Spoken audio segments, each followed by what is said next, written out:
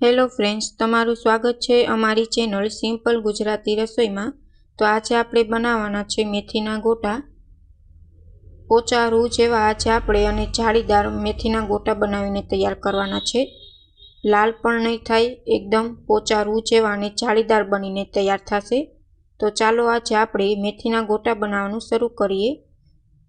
તેના પહેલાં જો તમને અમારી રેસીપી ગમે તો ચેનલને લાઇક કરજો, શેર કરજો અને સબસ્ક્રાઈબ કરજો અને કમેન્ટમાં જરૂર કમેન્ટ કરીને જણાવજો કે તમને અમારી રેસીપી કેવી લાગી।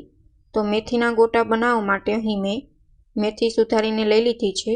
હવે મેથીના ગોટા છે તે સરસ પોચા રૂ જેવા બને તેના માટે આપણે લીલી ડુંગળી એડ કરવાની છે। લીલી ડુંગળી એડ કરો છો મેથીના ગોટામાં તો તમારા ગોટા છે તે સરસ પોચા રૂ જેવા બને છે અને ટેસ્ટ પણ સરસ આવે છે।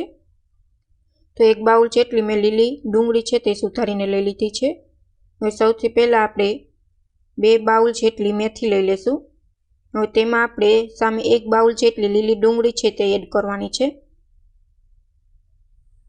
તમારી પાસે લીલી ડુંગળી ન હોય તો તમે સૂકી પણ લઈ શકો છો। હવે આપણે અડધા બાઉલ જેટલી ધાણા ભાજી એડ કરવાનું છે। હવે તેમાં આપણે કાળા મરીનો પાવડર, સ્વાદ પ્રમાણે મીઠું, અડધી ચમચી જેટલી હિંગ એડ કરવાથી ભજીયા પચવામાં સહેલાઈ રહે છે। અને આપણા મેથીના ગોટા છે તે એકદમ સફેદ રહે અને લાલ ન બને તેના માટે આપણે 2 ચમચી જેટલી ખાંડ એડ કરવાની છે। ખાંડ એડ કરવાથી તમારા મેથીના ગોટા છે તે સરસ સફેદ જ રહે છે, લાલ બિલકુલ નહીં થાય। હવે આપણે તેમાં 2 બાઉલ જેટલો ચણાનો લોટ એડ કરીને આપણે બેટર બનાવી લેવાનું છે। તો અહીં મેં 2 બાઉલ ચણાનો લોટ ઉમેરી દીધો છે। બધું જ સારી રીતના મિક્સ કરીને થોડું પાણી એડ કરીને આપણે બેટર બનાવી લઈશું। બેટર છે તે તમારે કઠણ રાખવાનું છે, ઢીલું રાખશો ને તો તમારા મેથીના ગોટામાં તેલ ચડી જશે। આ વાતનું ખાસ ધ્યાન રાખવાની છે। તો જ્યારે તમે બેટર બનાવો ને તે બેટર છે તે હંમેશા કડક રાખવાનું, કઠણ, કેમ કે ભાજીમાં ઓલરેડી પાણી હોય છે જેના લીધે આપણું બેટર છે તે ઢીલું થઈ જતું હોય છે। તો એટલું કઠણ મેં રાખ્યું છે, ભજીયા પડે તેટલું। હવે એક જ ડાયરેક્શનમાં 2 થી 3 મિનિટ સુધી આપણે હલાવીને રાખી દઈશું। તમારે ચેક કરી લેવાનું ભજીયા પડે છે કે નહીં, તેવું બેટર તમારે બનાવીને તૈયાર કરવાનું છે।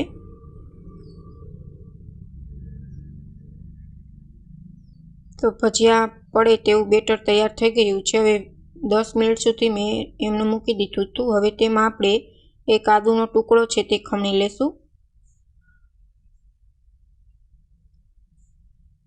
આદુ એડ કરવાથી મેથીના ગોટામાં ટેસ્ટ બહુ સરસ આવે છે। હવે 1 ચમચી જેટલો બેકિંગ સોડા એડ કરશું।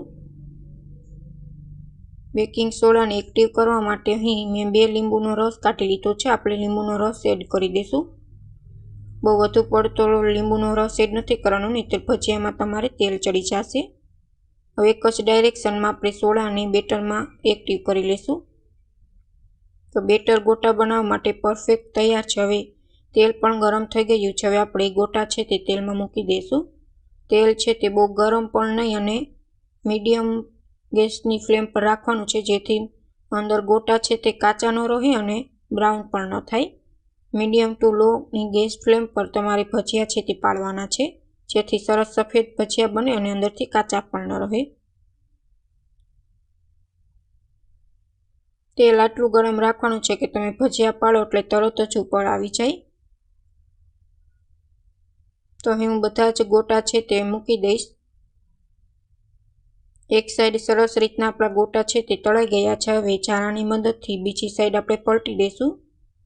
1 થી 2 મિનિટ સુધી આપણે સરસ રીતના તળી લઈશું એટલે આપણા મેથીના ગોટા છે તે પરફેક્ટ રીતથી બનીને તૈયાર છે। તમે જોઈ શકો છો બ્રાઉન પણ નથી થયા અને લાલ પણ નથી થયા, એકદમ સફેદ ગોટા છે તે બનીને તૈયાર છે। હવે 1 થી 2 મિનિટ જેટલો સમય થઈ ગયો છે। હવે આપણે લઈ લેશું।